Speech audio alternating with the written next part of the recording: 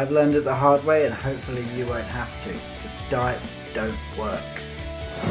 Let's begin by defining the word diet. A diet is any severe restriction of food of calories that's temporary.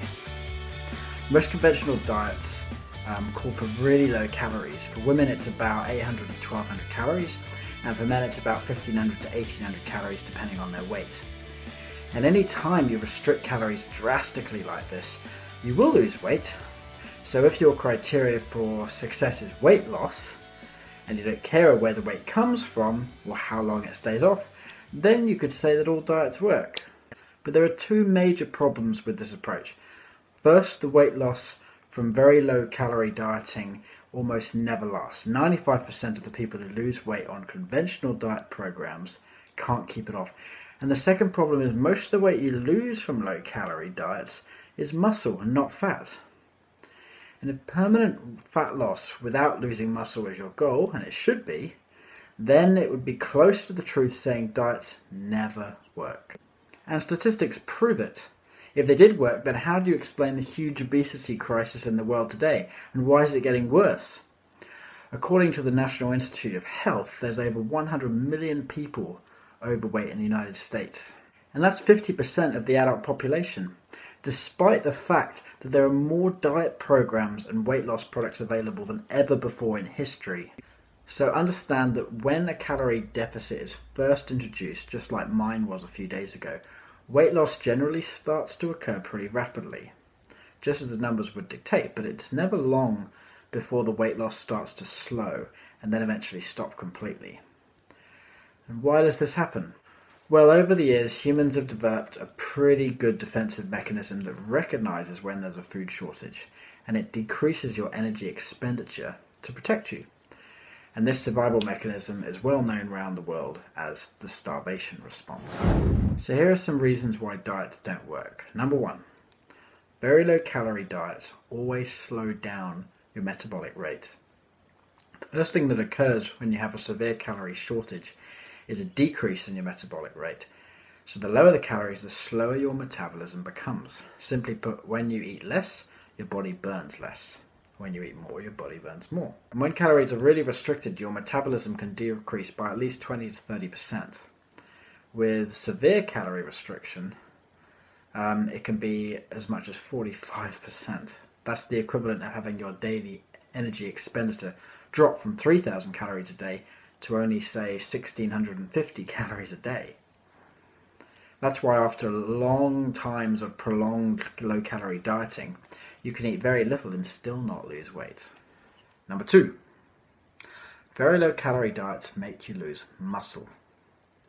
And that's the most devastating effect of low-calorie diets, is the loss of muscle tissue.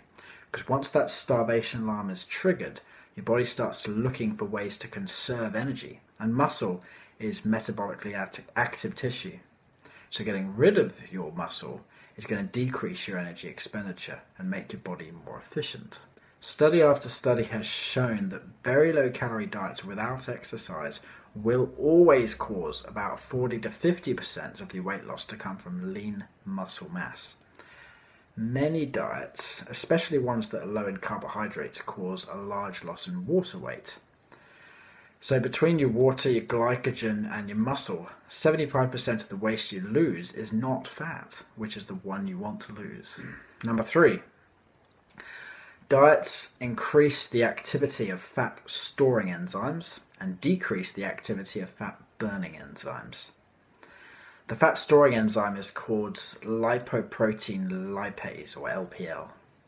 And when you drop your calories too low, your body will produce more LPL and less fat-burning enzymes. So in other words, when you don't eat enough, your body changes its chemistry to make it easier to store fat in the future, setting you up for a huge rebound in a few months. Number four, very low-calorie diets decrease your output of thyroid hormone. The thyroid gland is largely responsible for the regulation of your basic metabolic rate. And when your body senses a starvation in your calories, there's a corresponding reduction in the output of your active thyroid hormone, T3.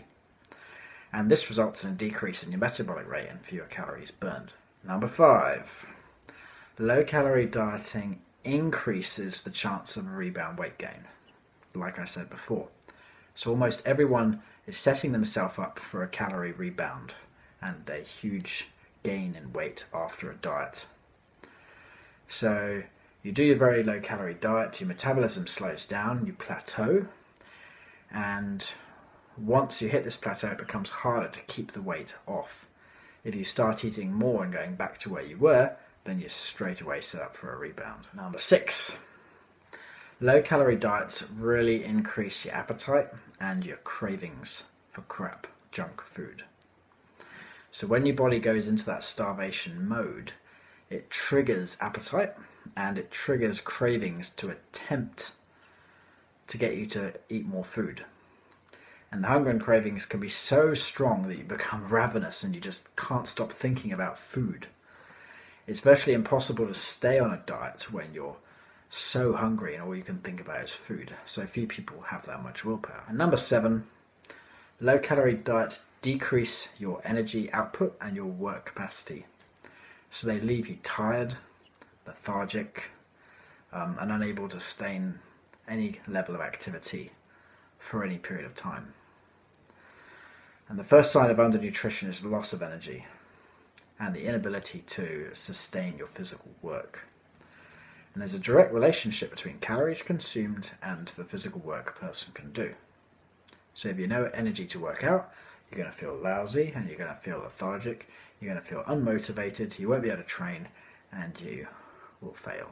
So you're setting yourself up for failure. So that's it for part 1. That's the different reasons why diets don't work.